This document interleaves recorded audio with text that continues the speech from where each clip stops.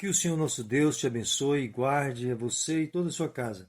Eu sou o pastor Eliseu Fausto e hoje estarei iniciando a leitura e exposição do livro de Juízes. Para este momento, vou esclarecer alguns detalhes iniciais sobre o livro, sua data, autoria e propósito. Antes, porém, deixe eu explicar algo um tanto quanto confuso sobre o termo juízes. Atualmente, a designação juízes nos conduz à ideia de pessoas que aplicam a lei num tribunal. Mas não devemos entender o termo juízes aqui no livro como se esses também estivessem sentados em algum tipo de tribunal para julgar o povo. Não. Na realidade, você precisa entender o termo juízes aqui no livro como sendo libertadores, homens que foram levantados por Deus para salvar o seu povo da opressão que sofriam pelos povos vizinhos. Agora vou falar sobre a escrita e a autoria do livro. O livro foi escrito aproximadamente nos anos 1040 a.C. A sua autoria tem sido atribuída ao profeta Samuel. O propósito da escrita e inclusão deste livro nas escrituras hebraicas e em nossas Bíblias deve-se ao fator didático que visa nos conduzir a uma reflexão sobre o período vivido pelo povo de Deus, onde a decadência espiritual trouxeram vários problemas de nível físico-material para o povo. Em nossas Bíblias, o livro se encontra entre os livros históricos do Antigo Testamento, sendo o segundo deles antecedido apenas pelo livro de Josué. Para uma melhor compreensão do livro, vou apresentá-lo em 3 partes. Primeira, os capítulos 1 e 2. Vou apresentar as explicações e motivos pelos quais o povo de Deus, aqui em Juízes, viveram momentos tão degradantes em sua história. Segunda, os capítulos 3 ao 16, vou apresentar os juízes e os motivos de eles terem feito parte dessa história. Foram nesses capítulos que o autor nos apresentou a história de cada um desses 12 libertadores ou juízes, como são conhecidos. Terceira e última parte, os capítulos 17 ao 21. Vou apresentar as 2 histórias que ilustram a realidade da perversão espiritual vivida pelo povo nesse período. O autor deixou essas 2 histórias para o término do livro, certamente para indicar, de modo ilustrativo, que uma geração que se afasta de Deus vive os mais desastrosos relacionamentos. Por ser um livro histórico que contém narrativas selecionadas, você deve ler esse livro atentando-se para os episódios nele narrados. Exemplo. O livro contém uma série de episódios apresentados na segunda parte do livro, dos capítulos 3 ao 16, que são sequencialmente semelhantes, onde a desobediência do povo é relatada pela declaração: "E fizeram o que era mal perante o Senhor". A consequência da desobediência é relatada pela declaração: "E o Senhor os entregou nas mãos dos..." A súplica e reconhecimento da necessidade de Deus entre o povo é relatada pela declaração: "E clamaram ao Senhor". E a salvação vinda de Deus é relatada pela declaração: "E o Senhor lhe suscitou um libertador". Em resumo, os episódios são apresentados no livro contendo um sine qua non. O povo pecava, Deus entregava nas mãos do inimigo. O povo clamava a Deus, ele levantava um libertador. De modo que, sem o erro, não havia punição, e, consequentemente, sem o clamor e súplica, não havia libertação. Há um total de 6 períodos de decadência e servidão que exigiram libertação através dos juízes. O primeiro período foi quando Deus puniu o povo os entregando aos mesopotâmios. O segundo, Deus os entregou aos moabitas, seguindo uma breve investida dos filisteus. O terceiro, Deus os entregou aos cananeus. O quarto, aos midianitas. O quinto e o sexto períodos, Deus os entregou aos filisteus e amonitas. No primeiro período, após o povo suplicar a Deus por socorro, ele levantou Otiniel para os libertar das mãos dos mesopotâmios. No segundo, Eude foi levantado para libertar o povo das mãos dos moabitas e Sangar da breve investida filisteia. No terceiro período, Débora, junto com Baraque, libertaram o povo das mãos dos cananeus. No quarto, Gideão, Tolá e Jair libertaram o povo das mãos dos midianitas. No quinto, Jefité, Ibzan, Elon e Abidom libertaram o povo das mãos dos filisteus e amonitas. E no sexto período, Sansão conquistou uma grande vitória sobre os filisteus. Esses são os pontos que acredito serem fundamentais para que você tenha uma visão geral de todo o livro e assim possa compreendê-lo melhor. Está pronto para mergulhar nele comigo nesses próximos 7 dias? Então, vem! Hoje é o primeiro dia, para tanto, vou meditar e expor os 3 primeiros capítulos. E nesses estarei comentando a primeira parte do livro, onde os motivos da decadência do povo é descrita, e iniciando a segunda parte do livro com os primeiros 3 juízes ou libertadores. No capítulo 1, vou falar sobre as conquistas parciais das tribos de Israel sobre os povos da terra de Canaã, o que os conduziu ao naufrágio espiritual. No capítulo 2, apresentarei o resumo de como o povo desprezou a Deus após a morte de Josué. E no capítulo 3, vou apresentar o primeiro declínio espiritual após a morte de Josué, onde 3 juízes precisaram ser levantados. Vamos ao primeiro capítulo. Do versículo 1 ao 8, o autor descreve que o início desse período teve início após a morte de Josué. Isso indica que nessa nova etapa, o povo estava sem um líder nacional para os guiar. Nesse contexto, eles queriam saber de Deus quem estaria iniciando a jornada da continuidade na conquista da terra. Você pode perceber que o autor, nesse princípio do livro, descreve uma certa disposição do povo em obedecer ao Senhor Deus, mas infelizmente não será sempre assim, como veremos. A resposta divina recai sobre a tribo de Judá. Ela deveria iniciar a conquista da terra em Canaã após a morte de Josué. E Judá, para realizar a tarefa ordenada por Deus, fez uma aliança com a tribo de Simeão. Assim, ambos realizam uma ofensiva contra os cananeus e os fariseus em Bezeque. Depois de realizarem uma grande matança, encontraram a Adoni-Bezeque, ou Senhor Dono de Bezeque. E esse, ainda que tenha tentado fugir, foi capturado e humilhado pelos judeus, que cortaram os polegares dos pés e mãos dele. Essa prática era uma forma de impedir que o humilhado pudesse segurar as armas e, correndo, empreendesse uma fuga. Interessante que o próprio Adoni-Bezeque declarou que Deus tinha trago sobre ele a paga de seus atos anteriores, pois ele mesmo tinha humilhado dessa mesma forma 70 reis e, além dessa humilhação, ainda subjugava esses reis, ou subjugou esses reis, a comerem semelhante a cães das migalhas que caíam de sua mesa. Nessa mesma ofensiva, Judá e Simeão conquistaram a cidade de Jerusalém. Agora, observe que nos versículos 9 até o 18, Judá empreende uma ofensiva contra o sul de Canaã, e ali eles derrotaram os 3 filhos de Anak, que eram gigantes. Caleb recebe destaque entre os da tribo de Judá, onde o autor descreve como ele conquistou a cidade de Debir, que antes de conquistá-la se chamava Kiriat Sefer. O desafio era muito complicado, pois nessa cidade habitava o maior e mais forte dos filhos de Anak, e quem a conquistasse, Caleb, daria a filha dele em casamento. O sobrinho de Caleb aceitou o desafio e conquistou a cidade, recebendo Axa, filha de Caleb, como esposa. Axa, que é a primeira mulher a ser mencionada no livro, sabiamente vai ao seu pai e pede a ele uma terra onde haja fonte de águas. Seu pai prontamente lhe concede mais do que pediu, dando a ela fontes superiores e inferiores para desfrutar. Esse presente de Caleb à sua filha ressalta a dedicação que um pai ou marido dedicava à mulher. Destaco esse ponto porque no livro você verá comigo que à medida que avançamos na leitura, a relação de homem e mulher vão ganhando novos tratamentos.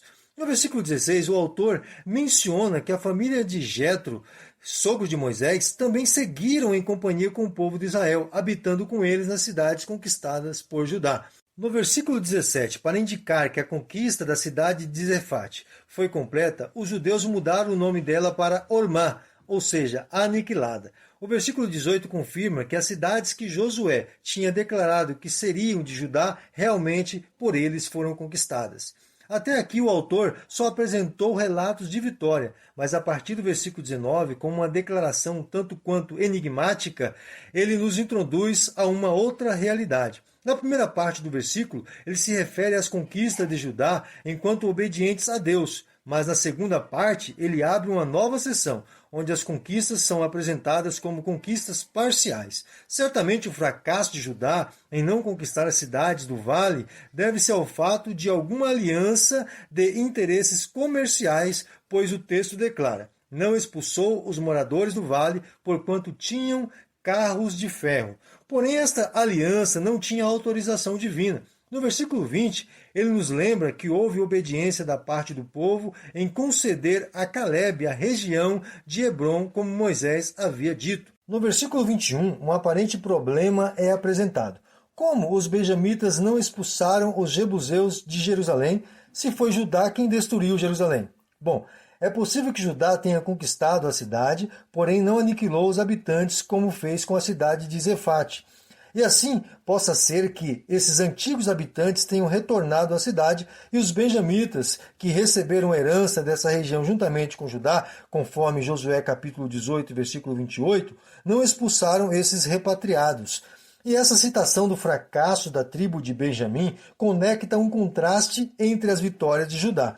E no enredo da história vai justificar lá na frente os motivos de tamanha confusão entre os benjamitas. A partir do versículo 22 até o término do capítulo, o autor nos apresenta uma série de fracassos. A única exceção é a vitória dos descendentes de José, que, à semelhança da conquista de Jericó, conquistam a histórica cidade de Betel. Histórica, pois foi nessa região onde Jacó deitou e viu anjos subindo e descendo na visão, enquanto fugia de seu irmão Esaú.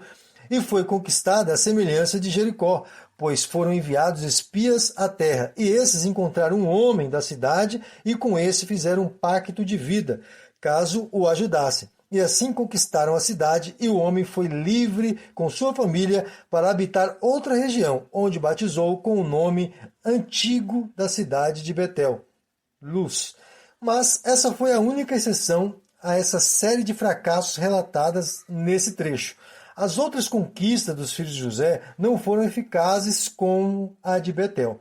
A tribo de Manassés é quem encabeça essa série de cidades não conquistadas completamente, pois tiveram que dividir o espaço com os cananeus, ainda que esses se tornaram tributários deles. Não foram expulsos da terra como deveriam. A próxima tribo é Efraim, que também não expulsaram os cananeus, seguida da tribo de Zebulon, Azer, Naftali. A tribo de Dan foi vítima dos amorreus, que os impediram de habitar nos vales, sendo forçados a morar nas montanhas.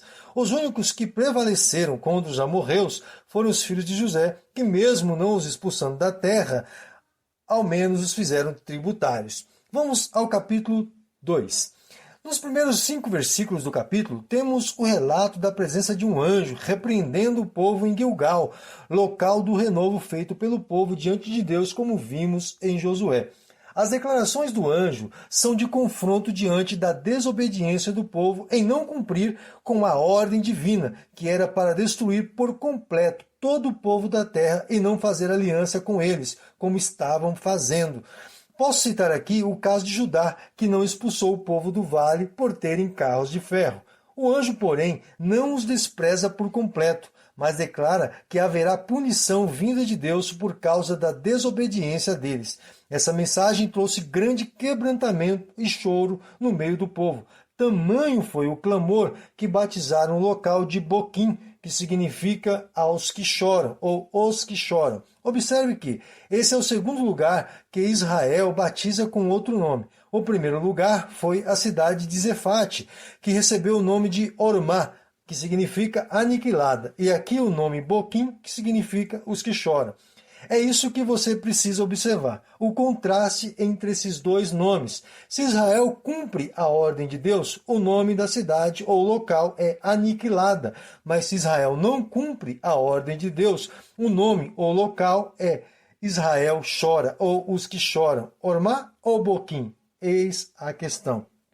Outro detalhe que penso ser importante você perceber é a declaração do anjo em afirmar que esses povos não expulsos da terra serão como espinhos para Israel e os deuses deles como laço. E isso logo será uma realidade, como veremos.